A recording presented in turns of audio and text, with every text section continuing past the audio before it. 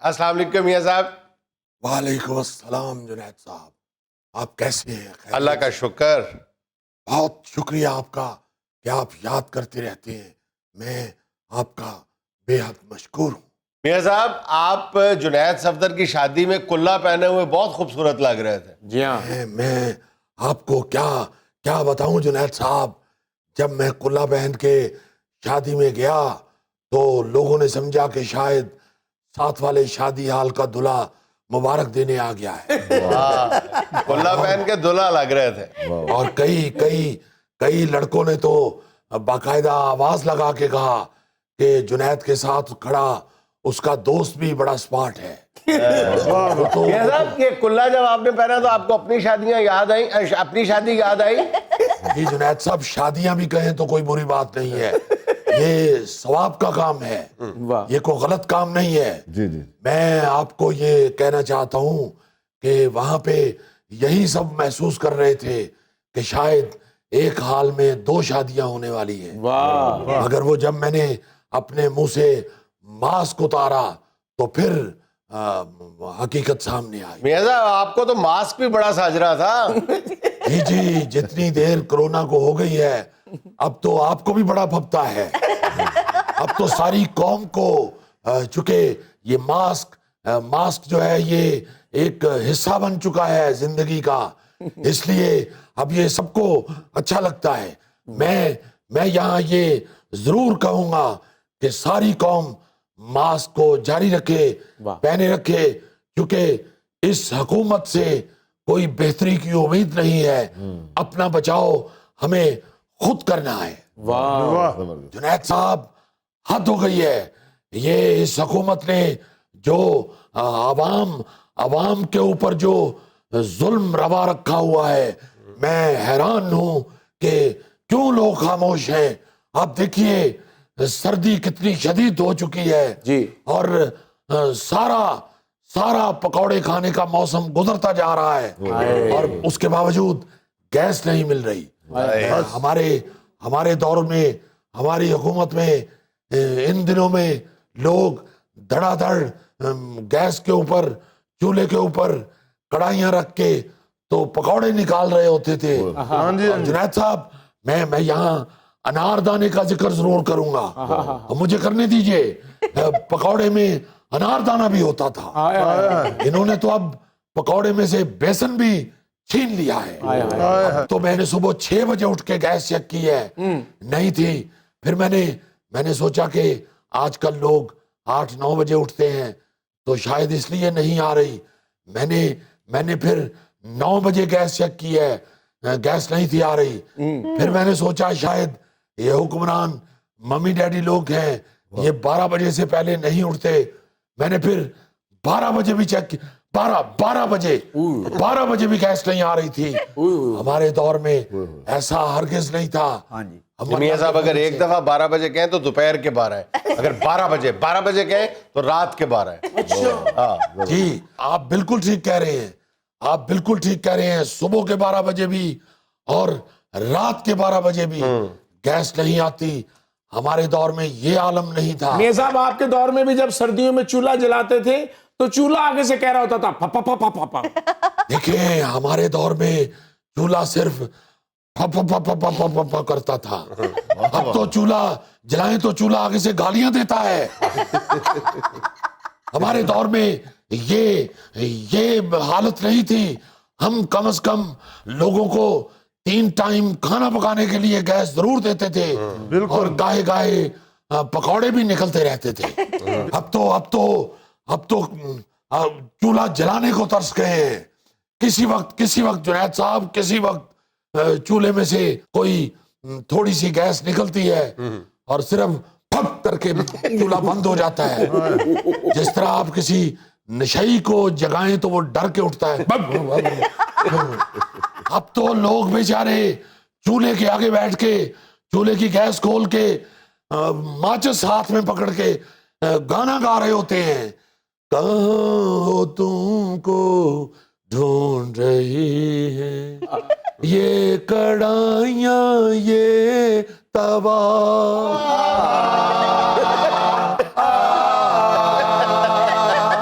یہ اسی طرح اگر پورے ملک کی عوام یک زبان ہو کے ایک دفعہ اس نیازی کو کہہ دے جا جا جا جا تو یقیناً اس کو گھر جانا پڑ جائے.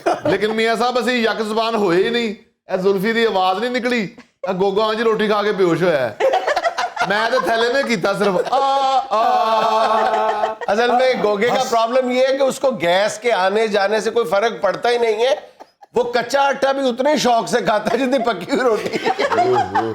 میں یہاں یہ وضاحت کرتا چلوں کہ گوگے کی طرح کے لوگ جو کھا رہے ہیں صرف وہ نہیں بول رہے, یا زلفی کی طرح جو بیچارے لا علم ہیں وہ نہیں بول رہے, باقی سب کہہ رہے ہیں جا جا جا جا. آپ دیکھیں نہ گھریلو صارفین کو گیس مل رہی ہے نہ صنعتی صارفین کو گیس مل رہی ہے. جنید صاحب اگر صنعت نہیں چلے گی تو ملک کیسے چلے گا؟ میں تو اس بات پہ فکر مند ہوں کہ اگر اللہ نہ کرے ملک کا دیوالیہ ہو گیا تو ان لوگوں کو تو کسی نے قرض تک نہیں دینا. قرض تو دور کی بات ہے جنید صاحب, اس حکومت کی جو حالت ہے ان کو تو کسی نے پرانا لوہا نائلن کی جوتیاں اور چھان بورا بھی نہیں دینا. میں یہاں یہ عرض کرنا چاہتا ہوں کہ یہ ملک کی جان چھوڑ دیں, یہ غریب کی جان چھوڑ دیں, اس ملک کی عوام کو مزید پریشان مت کریں اور خود معافی مانگ کے گھروں کو چلے جائیں. اچھا میاں صاحب, یہ شادی اور گیس کے بعد اصل بات کی طرف آتے ہیں.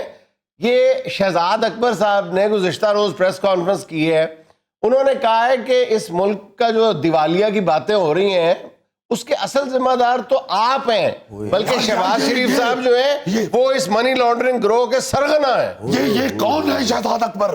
یہ میں حیران ہوں کہ آپ لوگ کیوں اس کی بات سنتے ہیں. جنید صاحب اس طرح کے لوگ راجن پور سے 10,000 کی بکریاں لیتے ہیں اور یہاں آگے 50,000 کی ایک بیچتے ہیں. یہ اس طرح کے بندے تو پرانے اے سی اور پرانی فریجیں خرید کے آگے بلیک کر رہے ہوتے ہیں. آپ دیکھیں تو صحیح, اس کو ذرا غور سے تو دیکھیں. جنید صاحب نہیں مجھے جھکتے کرنے دیں. اس طرح کے آدمی پرانی فریجیں اور پرانے اے سی خرید کے تھوڑا سا ٹیپ ٹاپ کر کے تو آگے بیچ دیتے ہیں. اس طرح کے بندے اردو بازار میں کھڑے ہو کے گائیڈ بکس بیچ رہے ہوتے ہیں جنید صاحب, جو سراسر اسٹوڈنٹس کے لیے زہر قاتل ہے. اچھا میاں صاحب جھکتے چھوڑے نا, یہ بتائیں کہ دیکھیں انہوں نے آپ سے ایف آئی اے نے 5 سوال پوچھے ہیں, آپ نے 5 سوالوں کے جواب میں یہ کہا ہے کہ اس سوال کا جواب میں مناسب وقت پر مناسب فورم پر دوں گا. وہ فورم کون سا ہے اور مناسب وقت کب آئے گا؟ جنید صاحب آپ بھی کوئی بچے نہیں ہیں, آپ بھی کوئی چنے کاکے نہیں ہیں, آپ بھی سمجھتے ہیں کہ یہ سب کچھ سیاسی انتقام لیا جا رہا ہے. 3.5 سال 4 سال ہو چکے ہیں, میں ضلع کچہری میں کوئی پوجی دال بیچنے نہیں جاتا, میں کوئی کوٹ کچہریوں میں جا کے کوئی سوا والی چھلیاں نہیں بیچتا, میں تاریخوں پہ ہی جاتا ہوں اور ان لوگوں کو جواب دینے ہی جاتا ہوں. مگر پہلے دن سے کہہ رہا ہوں, اگر ایک پائی کا بھی کرپشن کا یہ ثابت کر دیں گے, اصلیت ثابت کر دیں گے تو میں پھانسی لگنے کے لیے تیار ہوں. لیکن میاں صاحب یہ ایک پائی کا معاملہ نہیں ہے, یہ 16 ارب روپے کا معاملہ ہے. 16 ارب ثابت کریں نا, 4 سال میں کیا ہو گیا ان کو؟ میاں صاحب آپ تاریخ پہ جاتے ہیں, آپ تاریخ پہ جا کے اگلی تاریخ لینے کی بات کرتے ہیں. جی تو یہ نہ تاریخ دیں, یہ اگر ان کے کیس میں اگر کوئی جان ہے, ان کے کیس میں اگر کوئی سچائی ہے تو اب تک فیصلہ ہو جانا چاہیے تھا. یہ سب جانتے ہیں یہ کس دور میں ہمارے ساتھ نہیں ہوا. یہ بھٹو دور میں بھی ہم یہ کیس بھگت چکے ہیں, مشرف دور میں بھی ہم یہ اس طرح کے سیاسی انتقام کا سامنا کر چکے ہیں اور اب بھی کر رہے ہیں. مگر آپ کو پھر یہ یار تھوڑا سا پانی پلانا یار مجھے, شہزاد اکبر دی جدو گل ہوندی ہے یار مینوں ساہ چڑھ جاندا ہے. بڑا ایدا یونیورسٹی دے جنگلے تے سویٹر ٹنگ کے بیچنے والے بھائی ورگا منہ ہے یار. میں 1 منٹ جنید صاحب. واہ. چلے میاں صاحب اب آپ نے پانی پی لیا نا, اب آپ یہ فرمائیں کہ آپ کے چپڑاسی اور مالیوں کے اکاؤنٹ میں 16 ارب روپے کہاں سے آئے؟ جنید صاحب ہمارے تو مالیوں اور چپڑاسیوں میں اکاؤنٹ میں سے یہ پیسے نکال رہے ہیں. ایک دفعہ ہمیں آلے لے دے, انشاءاللہ ان کے ناخن کاٹنے والے بھی پکڑے جائیں گے, ان کے کمر پہ خارج کرنے والوں کے بھی اکاؤنٹوں میں سے پیسے نکلیں گے. یہ سارے ٹیکٹ ہم جانتے ہیں, ہمیں پتہ ہے کہ یہ سب کیا ہو رہا ہے. بہرحال ہم اپنی بات نہیں کریں گے, ہم تو عدالت میں جواب دیں گے انشاءاللہ. ہم تو صرف اللہ تعالیٰ سے دعا گو ہیں کہ عوام کی یہ شہزاد اکبر جیسے لوگوں سے جان چھڑا دے, کیونکہ اس طرح کے بندے اکثر جنید صاحب لڑائیاں کرواتے ہیں, ختم نہیں کرواتے. آپ نے اکثر دیکھا ہوگا محلے میں 2-3 مائیاں اگر لڑ رہی ہوں تو اس طرح کا ایک آدھ بندہ لازماً پاس منہ پہ ہاتھ رکھ کے ہلکا ہلکا ہنس رہا ہوتا ہے. ایسے بندے تو جنید صاحب جعلی دوائیاں بنانے والی فیکٹری کے مینیجر ہوتے ہیں, اور کسی نہ کسی دن اپنی فیکٹری کی دوائی کھا کے بیچارے اکڑ دکڑ آپ ہی سو ہو جاتے ہیں.